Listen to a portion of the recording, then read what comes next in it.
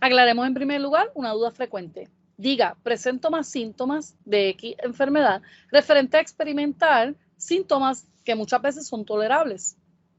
No diga, padece sufrimiento de X enfermedad, en referencia a repetir o enfatizar que los síntomas obligatoriamente son causa de sufrimiento.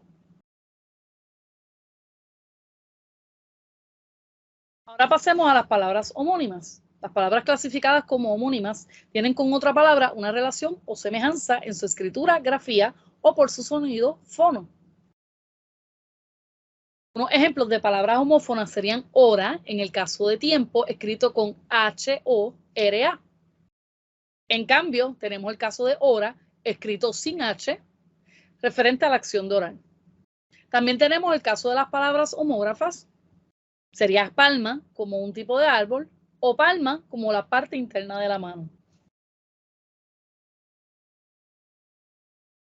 Ahora veamos por aquí los casos para estudiar el día de hoy, que son homófonos porque se pronuncian igual, algunas de ellas, otras serían parónimos porque tienen una leve variedad en su pronunciación. Por ejemplo, ¿por qué?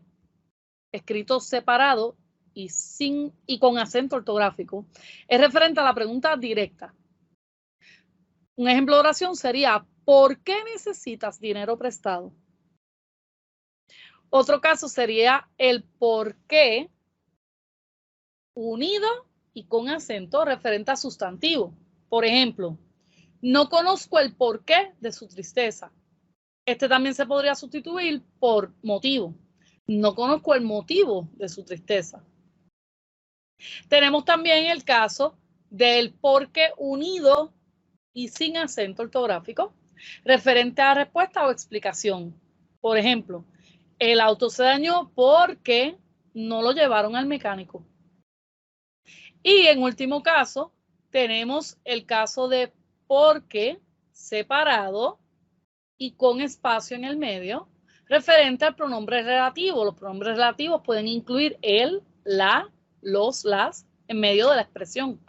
Por ejemplo, ese es el motivo porque María no quiso jugar. O ese es el motivo por el que María no quiso jugar. Vemos por aquí realizando un ejercicio en términos de oración con los siguientes homófonos a base de imágenes. ¿Por qué corría? El por qué para elegir ese deporte ocurre porque era fanático de las justas universitarias porque competía a su hermano. Ahora observemos las diferentes funciones de cada palabra. Tenemos el caso del por qué corría como un referente de pregunta directa. Se escribe separado y con acento al final.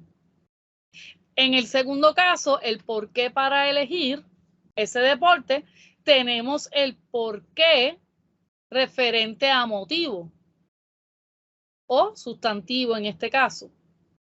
Tenemos entonces el tercer lugar, el uso del por qué, punto, sin acento, referente a respuesta o explicación, porque era fanático. Y tenemos el cuarto caso, que es escrito porque separado y sin acento. Su función es referente a un pronombre relativo, en este caso, por el que competía. Vamos ahora a un segundo ejemplo para confirmar la comprensión de este material. La pregunta dice así, ¿por qué comía poco? El por qué para limitarse al comer sucede porque padecía una condición, porque requería seguimiento médico. Ahora observemos sus funciones. Tenemos el caso del por qué comía poco, que es referente a una pregunta directa. Este se escribe separado y con acento. El segundo, tenemos por qué junto y con acento relacionado al sustantivo, el por qué para limitarse. Tenemos el tercer caso, que es porque junto sin acento, y su función es referente a una respuesta o explicación, porque era que padecía una condición. Y el último sería porque separado, sin acento, referente al pronombre relativo, en este caso la, por ejemplo, por la que requería seguimiento médico. Espero que hasta aquí hayas podido comprender un poco mejor de lo que serían los usos del por qué.